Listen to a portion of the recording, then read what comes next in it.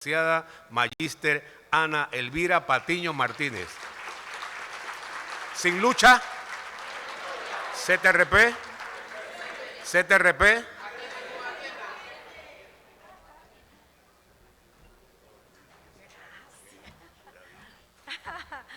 Sí, muy buenos días a todas y todos. Muchas gracias por la invitación. Me siento muy honrada de estar ante ustedes, muchas caras que conocemos, muchas personas comprometidas con la seguridad social. Vamos a presentar de manera muy sucinta y rápida, porque varios elementos ya han sido esbozados aquí. ¿Cómo afecta este tema a la mujer? ¿Cómo afecta este tema a los jóvenes? ¿Cómo no solamente CONATO, sino la academia respalda la propuesta de retorno a la solidaridad? Entonces vamos a enfocar estos temas de manera un poco precisa y rápida para que todos lo podamos observar.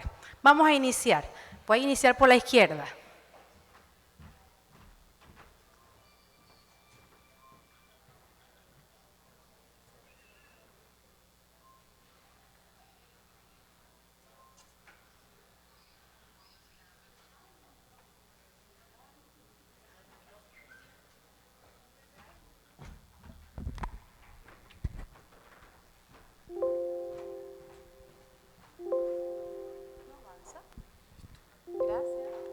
Ahora sí.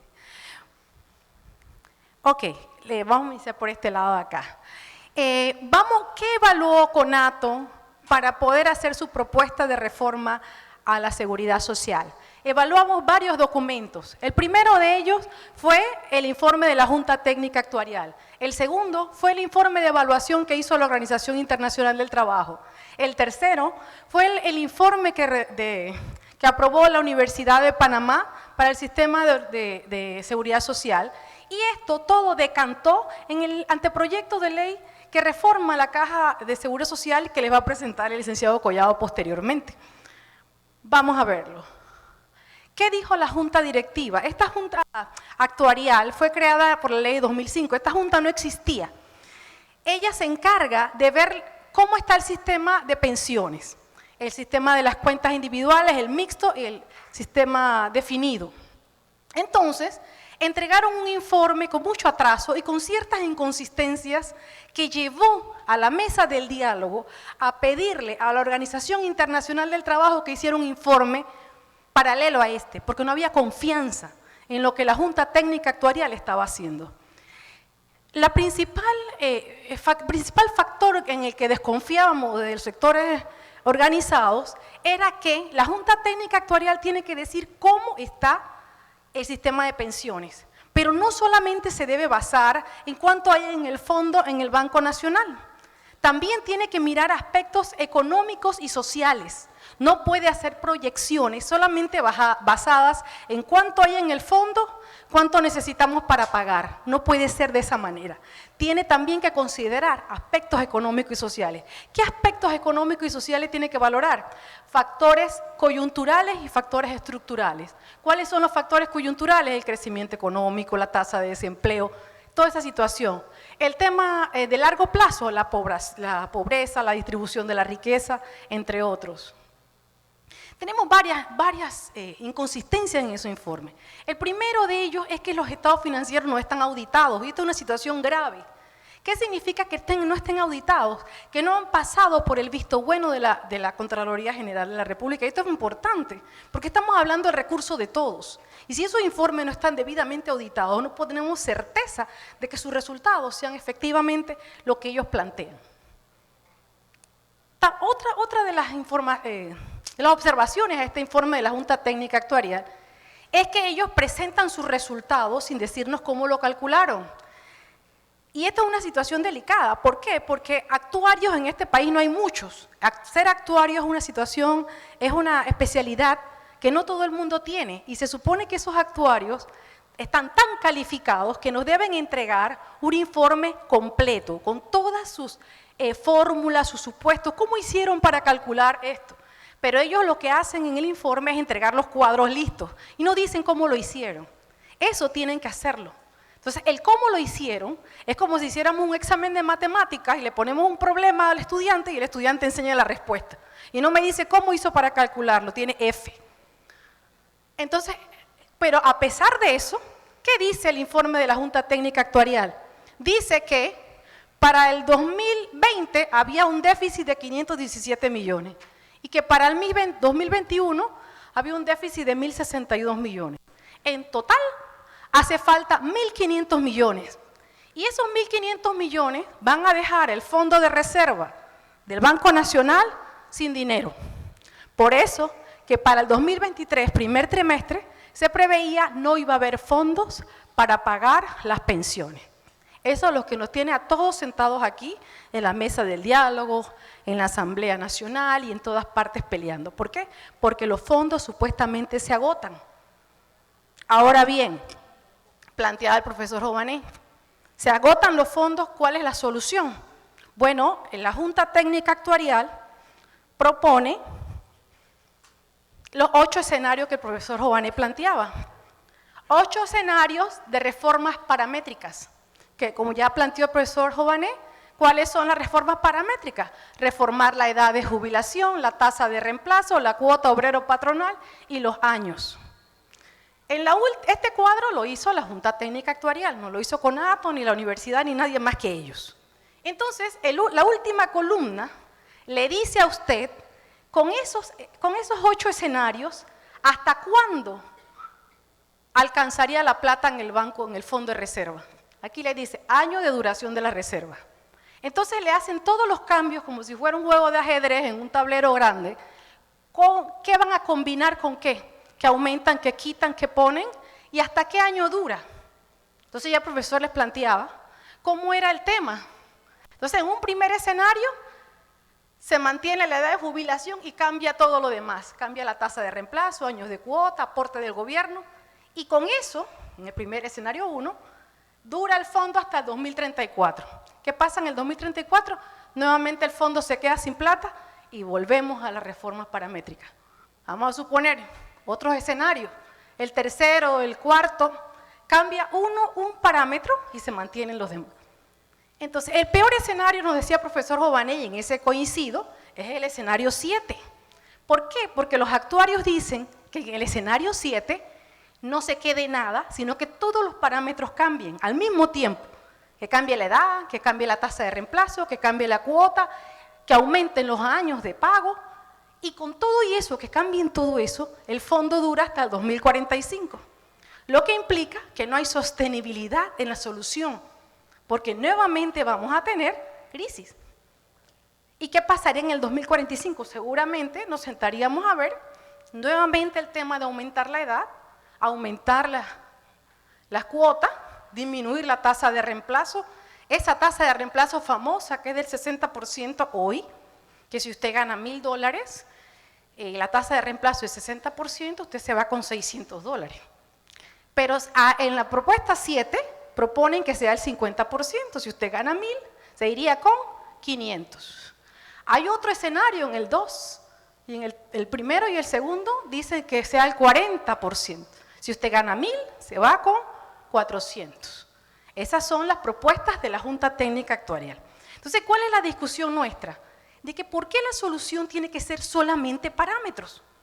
¿Por qué la solución va del lado de aumentar la edad, va del lado de aumentar las cuotas, va del lado de aumentar los años de cotización continuos que tenga la persona?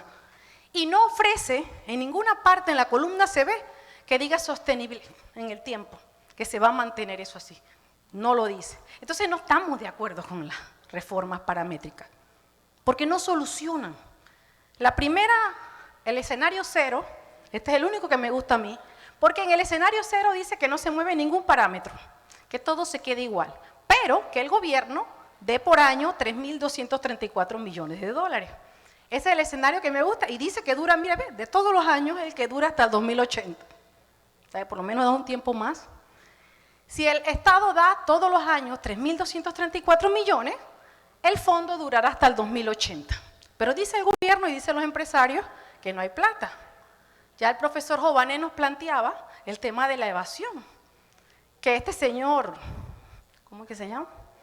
El director de la DGI, que Publio, ese mismo. Publio de Gracia dice que La defraudación fiscal es del 4%, dice el profesor Obané, que es más, que es mucho más, pero él abiertamente acepta que por lo menos es 4% del Producto Interno Bruto. Él dice que son 4.000 millones lo que se evaden por año, y eso es lo que necesitamos para salvar el tema de las pensiones que nos hace falta. Entonces, cóbrenle a todos estos evasores y no hagamos reformas paramétricas. Esa sería una parte de la solución. Bueno, eso es lo que dice la Junta Técnica Actuarial. ¿Qué dice la OIT? Bueno, la OIT hace una serie de recomendaciones, en algunas de ellas estamos muy de acuerdo, pero sin embargo ellos no entran a criticar ni hacen señalamientos con respecto a la crisis administrativa que hay interna en la Seguridad Social. No hacen señalamientos con respecto a la evasión de los empresarios, no hacen señalamientos sobre de dónde se pueden tomar los fondos para sostener la reserva que se requiere para pago de pensiones. Pero sí plantean, por ejemplo, que haya una modernización de la gestión de la estructura orgánica del programa de invalidez, vejez y muerte. Que los actuarios utilicen las normas internacionales. La OIT, que es un organismo técnico, dice que los actuarios no están haciendo bien su trabajo. O sea, no es CONATO la que dice que los actuarios no están haciendo bien su trabajo. Además, OIT plantea que deben ceñirse a normas internacionales, porque lo que están haciendo no da mucha certeza. También plantean establecer ajustes automáticos a las prestaciones, que éstas aumenten en función de la inflación, un tipo de indexación, que las personas no tengan una jubilación, se les definió que es $300 y durante sus 20 años va a ser $300, esos $300 tienen que ajustarse por inflación, porque hay una pérdida del poder adquisitivo. También plantea la OIT afiliar a todos los informales. Este informe de OIT fue entregado el 13 de diciembre, fue entregado en el 2022, perdón. Pero ya desde 2019, CONATO y la universidad venían planteando la universalidad del programa de pensiones de la Caja de Seguro Social, que todos pudiesen ser incorporados a la seguridad social. Entre otros recomendaciones que hace la OIT. Pero ¿qué dice entonces CONATO frente a el diagnóstico que hizo el profesor Juan Obané y lo que les acabo de decir? Bueno, hay dos propuestas. Una que son muy parecidas. Una es casi el 80% de la otra, son muy parecidas. La academia respalda la propuesta de CONATO. No es una propuesta nada más de ir a protestar a la calle. Es una propuesta que tiene fundamento. Si vamos a protestar es porque tenemos respaldo técnico. Este documento que hemos elaborado ha sido elaborado por financistas, economistas, actuarios, sociólogos, personas comprometidas. O sea, la propuesta que ustedes van a defender y que vamos a defender todos está bien fundamentada. No es como plantean los empresarios de CONEP, que se apasionan y están inventando cuentos. No son cuentos. Entonces, la Universidad de Panamá en el 2020 aprobó la seguridad social y sistema de pensiones. Este documento plantea el retorno a la solidaridad. O sea, la Universidad de Panamá lo aprueba. De todos. Nuestro consejo máximo es el Consejo General Universitario y allí lo aprobamos. Posteriormente a eso, se entrega en este año el anteproyecto 748 que está en la discusión en primer debate. De eso les hablará el licenciado Collado. ¿Cómo va esa gestión en la asamblea? O sea, lo que les quiero decir es que se hizo todo un diagnóstico, toda una revisión, terminó en una propuesta seria. Y esta es la propuesta que estamos diciéndoles a toda la comunidad que hay que defender. ¿Cuáles son los aspectos considerados en la propuesta de CONATO? Vamos a eso. Como ya les decía, la Junta Técnica Actuarial tenía que haber considerado aspectos económicos, sociales, de toda índole. Por ejemplo, que la población panameña en un 52% es informal. De los trabajadores que hay en el país, más de la mitad son informales. ¿Eso qué significa? Que esa mitad de informales no paga seguridad social. Si no paga seguridad social, ¿van a ser parte de qué? Cuando ya tengan la edad de 120 a los 60, porque seguro no van a tener. ¿Y eso qué implica para nosotros? También una pérdida de recursos para la misma Caja del Seguro Social. El tema del poder adquisitivo es un tema económico que tenían que haber considerado los actuarios. ¿Y por qué? Porque se pierde el valor del dinero. El dólar o el Balboa que usted tiene en el bolsillo, en el año 2016 valía 97 centavos, un dólar valía 97 centavos. En el 2022, un dólar vale 93 centavos. Hoy, el dólar debe valer menos por tema de inflación, o sea, se pierde poder de compra. No pueden ser las pensiones iguales y sostenidas de hace más de 10 y 20 años. Aquí hay un ejercicio en este cuadro que les invito a mirar rápidamente. Ese es el salario mínimo promedio ajustado por inflación. Usted recibe 590, o le dicen que va a recibir 598 dólares, pero ajustado por inflación usted pierde 35 dólares por cada mes. O sea que el salario que usted está recibiendo es 363 dólares. Eso se tiene que considerar al momento de determinar las pensiones. La inflación, porque eso afecta el poder de compra. No es cierto que si a usted le dan una pensión de 500 dólares, usted puede comprar lo que valen los 500 dólares, porque cada dólar vale 93 centavos. ¿Sí? Entonces eso lo tienen que considerar, pero eso no está en las fórmulas actuariales. Otro tema es el tema de cómo ha crecido la disparidad, la inequidad en Panamá. Y mucho de eso tiene que ver, esa gráfica que está ahí, son datos del Instituto Nacional de Estadística y Censo, nada que nosotros hayamos inventado. Y ello corrobora que de 2010, hace 19 años a la fecha, cada vez ganan más los empleadores, los empresarios, y cada vez ganan menos los trabajadores. Antes los trabajadores generaban la riqueza del Producto Interno Bruto un 38%, hoy generan el 26%. Antes los empleadores, los empresarios, generaban un 34% de la riqueza, hoy un 55.6%. O sea, ellos cada vez ganan más, el trabajador gana menos, eso es una realidad. Y eso no se puede separar del análisis de la seguridad social.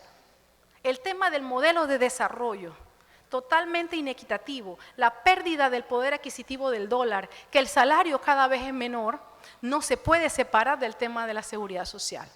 Por eso la reforma no solamente va por el lado de buscarle fondos, sino que también hay que adecuar nuestro estilo de desarrollo para que sea más equitativo a las personas. Por otra parte, el tema de género. Y la gente dice, ¿y por qué? ¿Por qué meter este tema en ya bastante crisis tenemos como para entonces hablar del tema de las mujeres? ¿Por qué? ¿Por qué? Porque las mujeres somos las principales perceptoras de pensiones no contributivas. O sea, nosotros no contribuimos, sino que a través de nuestros compañeros recibimos una pensión de esposa, o de compañera, o de cónyuge. Esa pensión en Panamá, de acuerdo al artículo 181, que es la pensión de viudez, es el 50% de la pensión del esposo. ¿Sí? Entonces nosotras somos las receptoras de una pensión por viudez, que es la mitad de lo que recibe su compañero. O sea, y eso es una situación que hay que considerar al momento de determinar la pensión. Se incluyen elementos discriminatorios, el uso de las tablas de mayor esperanza de vida. Fíjense, este cuadro lo hizo la OIT de la esperanza de vida y habla de la esperanza de vida de hombres y mujeres actualmente a los 60 años y a los 65 años. Y en todas las partes, en los escenarios desde 1950 hasta el 2050, la mujer tiene mayor expectativa de vida. Pero eso es un promedio general, o sea, eso es de país. Pero si usted va a buscar la esperanza de vida de una mujer indígena, de una mujer afrodescendiente en Darién, si usted va a buscar la esperanza de vida de una mujer en el campo, en el área rural, no es la misma que la general. Entonces hay elementos discriminatorios porque no están considerando las diferentes situaciones de vida de cada una de las mujeres de este país. Por otra parte, las mujeres acumulamos menor densidad de cotizaciones. ¿Y por qué acumulamos menor densidad de cotizaciones? Porque no estamos incorporándonos al mercado de trabajo. ¿Y por qué no estamos incorporándonos al mercado de trabajo? No porque no queremos o porque somos niñes, sino porque estamos asumiendo tareas de cuidado dentro de un hogar, ya sea de niños, enfermos, ancianos, del mismo hogar, e incluso hay de las que ayudan a otras y le cuidan sus hijos para que ellas se puedan incorporar al mercado de trabajo.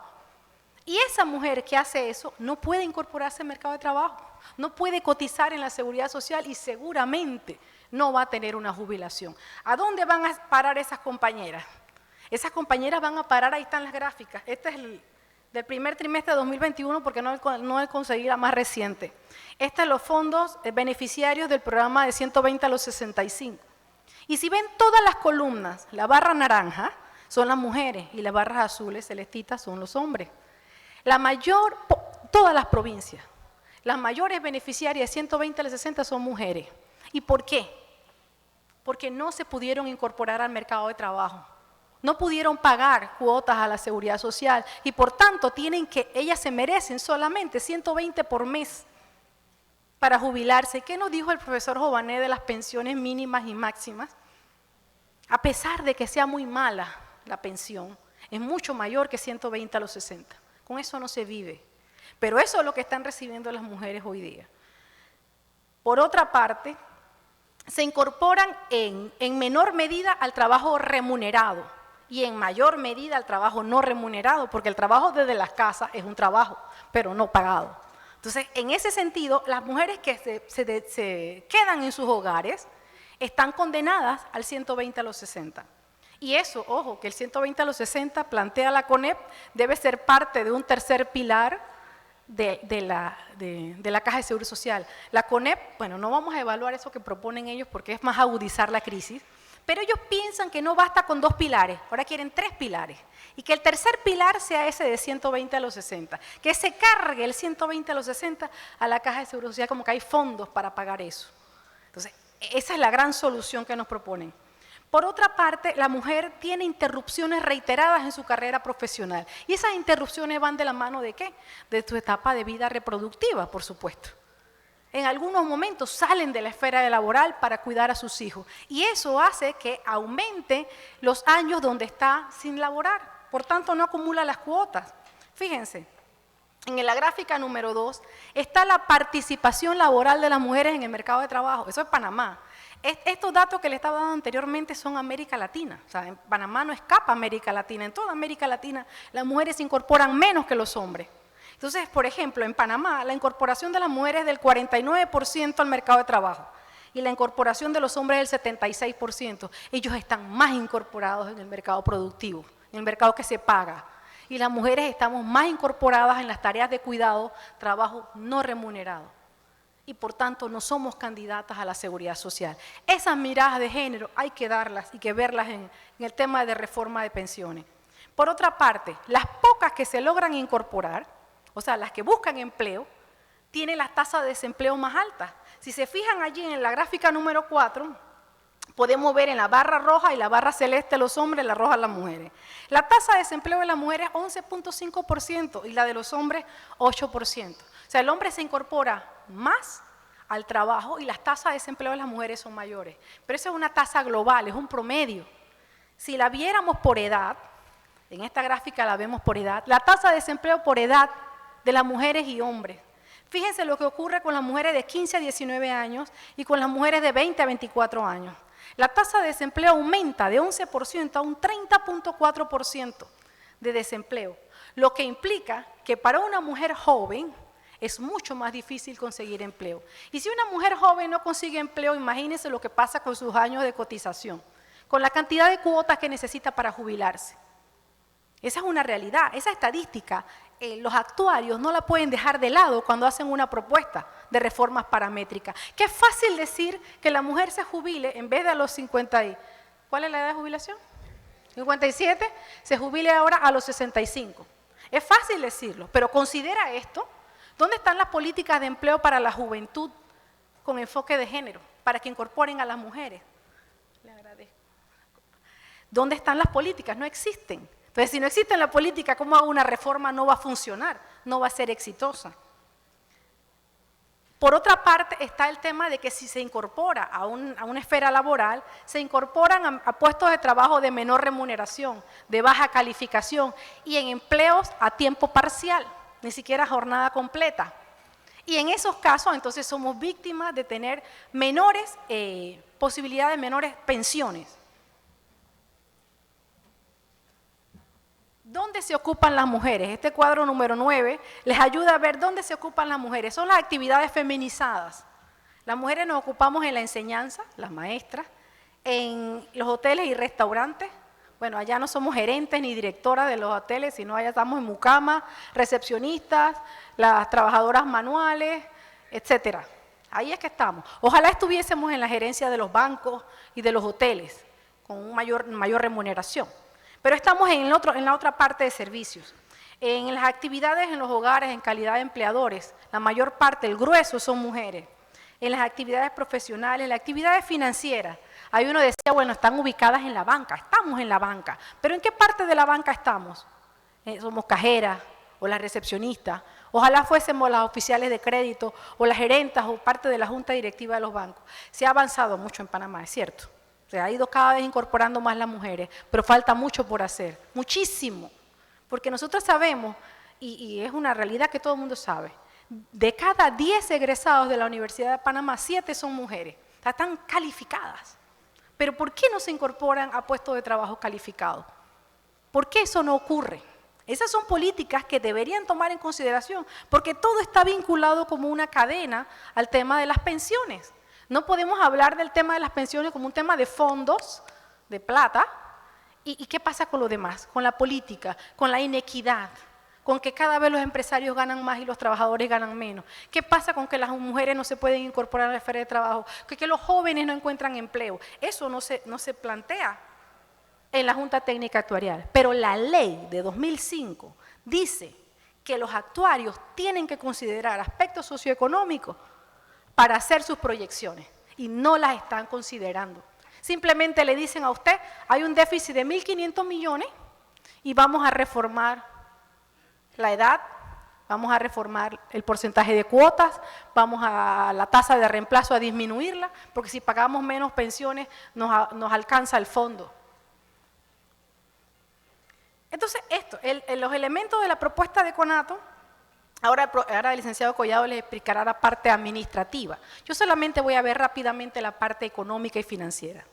Y lo más importante, el tema de defender los principios, todos ellos, son 15 principios que se pretenden que se mantengan en la ley y reforzarlos y mejorarlos. Pero el primero de ellos es el carácter público de la seguridad social, que no sea privatizada. Porque en estos momentos aquella terciarización, aquella utilidad de servicios externos, externalización de servicios, es visos de una privatización. Y poco a poco nos están llevando hacia ese camino. El tema de la solidaridad, mantener la solidaridad. ¿Y a qué solidaridad nos referimos? Lo que decía el profesor Jované, la solidaridad intergeneracional, que la juventud de hoy sostenga a los jubilados del presente. Porque esa juventud de hoy va a ser en el futuro los jubilados. Y ellos van a necesitar una generación que la soporte. El tema es que no lo estamos viendo así. Cuando yo estaba joven, cuando se dio la ley, el año clave que era el 2008, a mí nadie me dijo, o sea, no me asesoré lo suficientemente bien. Y yo me quedé en el sistema mixto, porque yo no sabía, yo no elegí el sistema de pensiones definidas. Porque por supuesto que conviene más tener asegurado un 60% de su tasa de reemplazo que ir a especular, a ver con cuánto me voy a jubilar. Yo no lo sabía. Y yo soy parte de ese grupo de jóvenes que hoy no sabemos con cuánto nos vamos a jubilar en el futuro, porque somos parte del sistema mixto. La universalidad también es otra de las propuestas, de que todos los que están formales e informales puedan ser parte de la seguridad social y tengan beneficio. La vuelta a la solidaridad, esta es la clave del sistema. Retornar que esas dos columnas en que se partió la ley 51, que partió la seguridad social en dos columnas, se vuelvan a unir. Y que los fondos que están en el sistema mixto pasen al sistema definido. Eso le da un respiro a la caja por mucho tiempo a los fondos. Y mientras tanto, durante ese tiempo que se unen los dos subsistemas, podemos reactivar inversiones, potenciar lo que ya tiene el patrimonio de la Caja del Seguro Social, del sistema de invalidez, vejez y muerte para que rinda. Y que el Estado reconozca la deuda previsional que tiene con el sistema de invalidez, vejez y muerte, que es equivalente a su déficit. ¿Cuál es su déficit actual? Ahí lo decía, 3.250 millones. Traspaso de las acciones de las empresas privatizadas al patrimonio de la Caja de Seguridad Social. Transferencia de fondos líquidos a los programas de invalidez, vejez y muerte. Ustedes saben que la Caja de Seguro Social tiene 4 programas. Bueno, la ley prohíbe que entre ellos se pasen fondos. Y el programa administrativo tiene fondos que podrían ayudar al programa Invalidez, Vejez y Muerte. Pero la ley 51 prohíbe que se pasen fondos de uno a otro. Esa podría ser parte de la solución. Por otra parte, incrementar la rentabilidad de las reservas que posee la Caja de Seguro Social. Nos decía el profesor Jovanes que nos da un 4%. ¿Por qué no aumentar esa rentabilidad de reservas? Diversificar las inversiones dentro del marco de una autonomía financiera. ¿Por qué? Porque actualmente la ley prohíbe que la Caja del Seguro Social haga inversiones directas, sino que tenemos que hacerlas a través de un banco, una financiera, una corporación crediticia que exista, que pueda hacer estos manejos. Pero el tema de eso es que hay que pagarles para que hagan las inversiones. Entonces se pierde fondo. En la parte de atrás de un documento que deben tener en cada una de sus carpetitas está la propuesta de CONATO.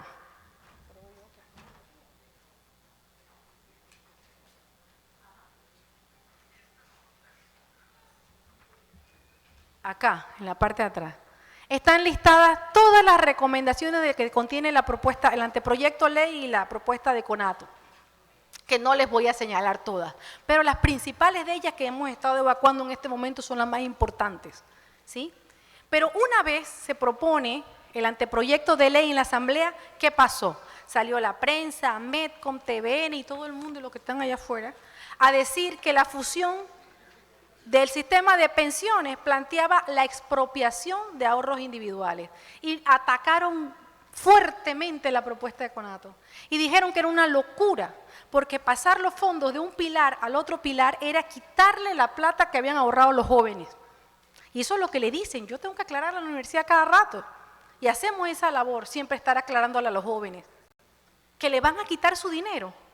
Primero quisiera saber yo, alguno de los jóvenes, porque yo tampoco lo sé, y ya no soy tan joven, ¿sabe cuánto tiene ahorrado en la seguridad social en la cuenta individual? ¿Alguno le ha llegado una ficha que le diga cuánto lleva ahorrado? ¿Cuánto ha capitalizado? ¿En cuánto se lo han invertido? ¿Ha ganado dinero o ha perdido? Entonces, si me vas a decir que me van a expropiar mis fondos como cotizante, primero dígame cuánto tengo ahorrado, para entonces poder ver si lo peleo o no lo peleo. Pero no hay transparencia en ese sentido. Si dicen que lo están capitalizando, ¿desde cuándo? De 2008 a la fecha han estado capitalizando y ahorrando esa plata. ¿Y dónde ha estado invertida? ¿Cuánto ha revertido? ¿Hemos perdido? ¿Hemos ganado? ¿Qué ha pasado con esa plata? A mí con los ojos cerrados me preguntan, ¿usted qué quiere? ¿Sus cuentas individuales o usted quiere retornar al sistema definido? Yo quisiera el definido, porque me da un 60%, que es poco ya, es muy poco, de lo que ya gano, hasta que muera. ¿Qué mejor que eso? Que me digan ahora que voy a estar, que si gano $1,000, los primeros 500 me dan el 60% y de los otros 500 los ahorro y algún día veré cuánto me rinde. Eso es como especulativo, decía el profesor Jovanes, nos ganamos la lotería, apostamos la lotería.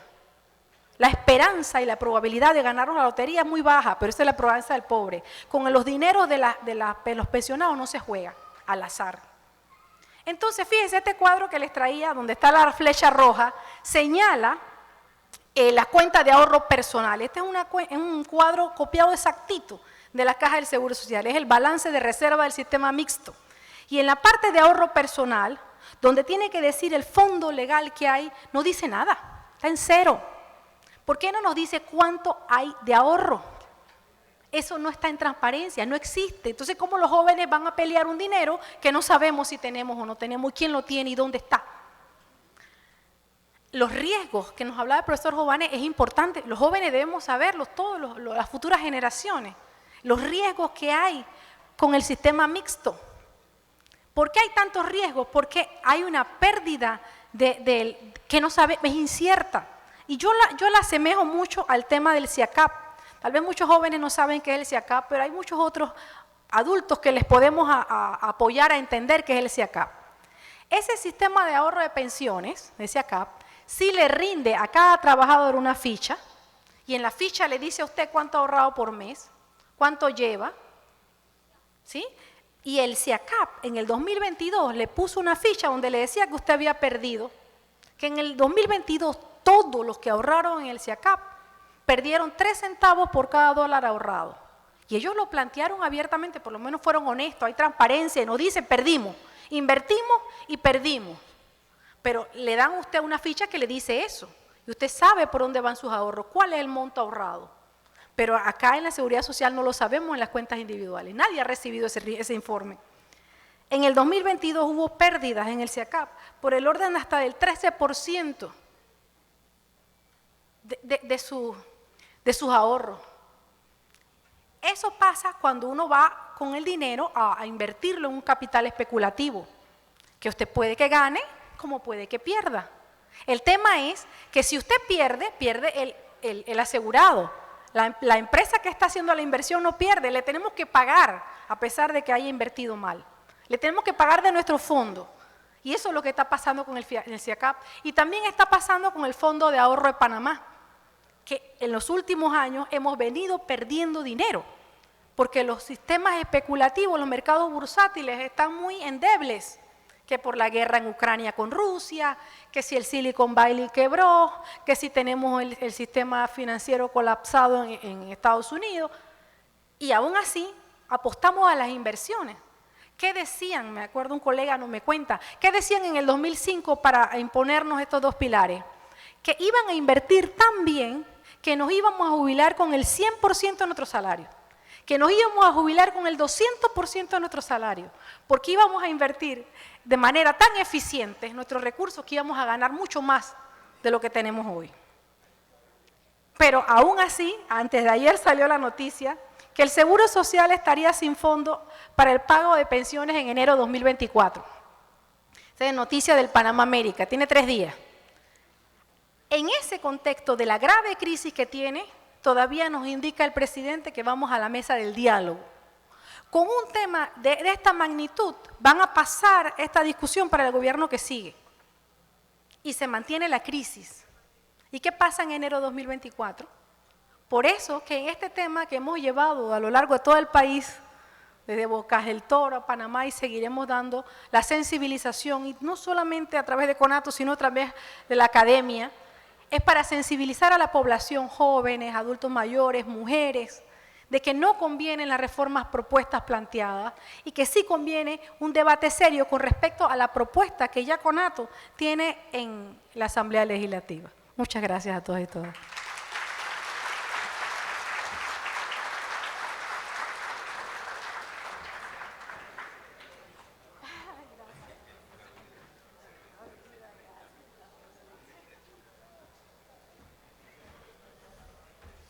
Agradecemos a nuestra apreciada amiga Ana Patiño.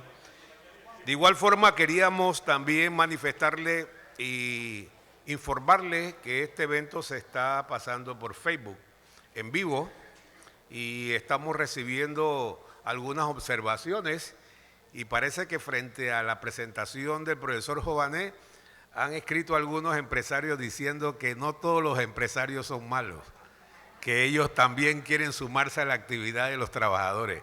Por lo menos Jované lo está convenciendo.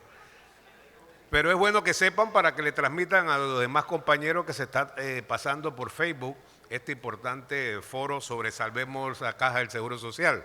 CTRP, CTRP, CTRP, CTRP. Con estas arengas queremos presentar a nuestro amigo de muchos años, oriundo de la provincia de Herrera, don Víctor Manuel Collado Sánchez, que sí, Marta, tan emotivado del Facebook que pasé por alto y llamamos al podio a la compañera Marta Ayala, que va a hacer una síntesis de la presentación de Ana Patiño, porque hay empresarios que se están sumando a la CTRP.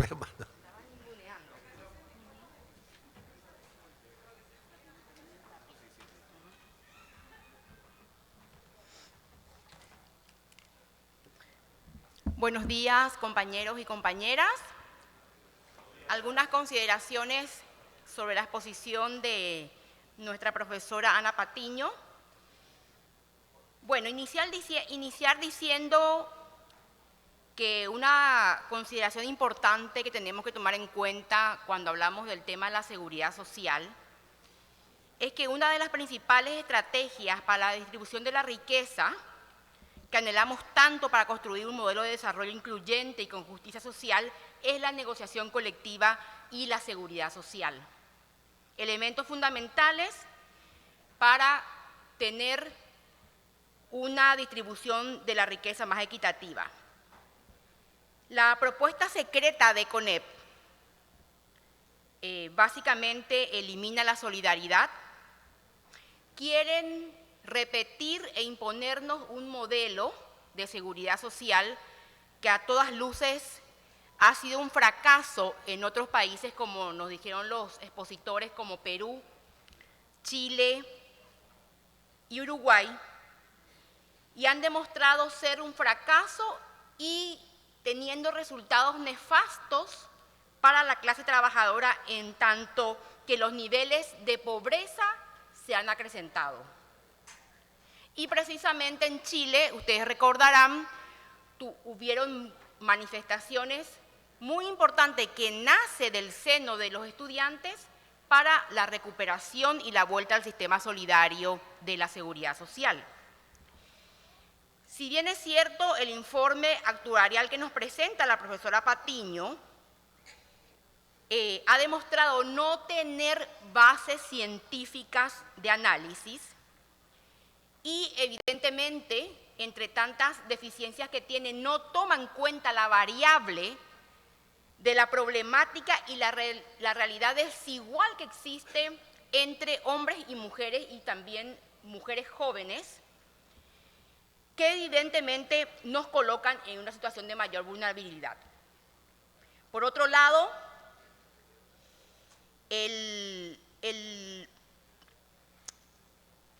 también existe otro informe que fue realizado a través de una contratación de Mitradel, del Ministerio de Trabajo y Desarrollo Laboral.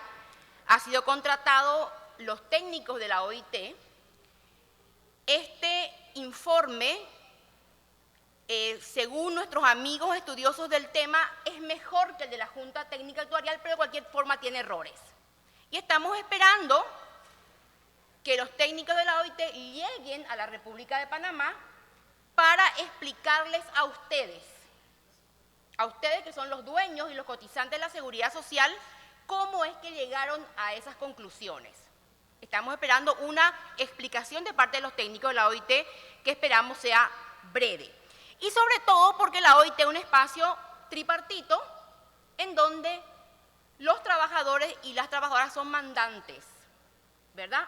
Y que es un espacio en donde se tiene que garantizar el diálogo social en condiciones de igualdad. Sin embargo, el informe de la OIT, salvando los errores que tiene, nos deja claro una cuestión que es fundamental y que sería, digamos, la punta de lanza que debe fortalecer las acciones del movimiento sindical, que es necesariamente la vuelta al sistema solidario, a la solidaridad social pública e universal. Bien, y eso se rescata, lo que dice, rescatamos en el eslogan de la CTRP, en donde ustedes ven en la campaña Salvemos la Caja del Seguro Social por un sistema solidario público y universal, no a la privatización del seguro social. Otro elemento que tenemos que considerar, que la base fundamental, el elemento central de la seguridad social es la cotización. Y cuando hablamos de cotización, ¿de qué hablamos? Hablamos del aporte que depende del salario de cada trabajador y de cada trabajadora, ¿verdad? Dependiendo de cuánto de salario tengamos, es que aportamos a la seguridad social. En un país en donde hay 33 escalas de seguridad, de salario mínimo, disculpen, 33 salarios mínimos a nivel nacional, que como ustedes saben dependen de elementos como qué provincia es, qué sector de la economía representa al trabajador. Eso evidentemente repercute en la calidad de la seguridad social, en con cuánto me voy a pensionar. Y ayer salió en Panamá Metro, ¿verdad?, que se va a activar la Comisión de Estudio Salario Mínimo. Entonces es un elemento, y como decía el profesor Giovanesi, es que creo que hoy no lo dijo, pero en otras reuniones sí lo ha manifestado, es que si empezamos con la reforma a la seguridad social, después viene la reforma al salario mínimo y otras reformas mucho más profundas que nos van a afectar definitivamente como trabajadores y trabajadoras. Por lo tanto, es necesario y urgente que el principio de solidaridad se mantenga, se sostenga, se regrese al sistema solidario, ya que eso nos permite la solidaridad intergeneracional, la solidaridad interregional, interprovincial en el caso de los 33 salarios mínimos de la República de Panamá, y la solidaridad intergénero entre hombres, mujeres y grupos en situación de vulnerabilidad. Entonces, compañeros y compañeras, la reforma a la Ley 51 que propone CONATO y la CTRP como parte beligerante, activa y combativa de CONATO, se recoge en un proyecto de ley número 748, en donde se promueven medidas de igualdad entre hombres y mujeres y grupos de situación de vulnerabilidad, de democracia, de transparencia en la gestión y en la administración para la Caja del Seguro Social. Con esto entonces le damos la bienvenida a nuestro defensor, propulsor de la Ley 748, el licenciado y amigo Víctor Collado.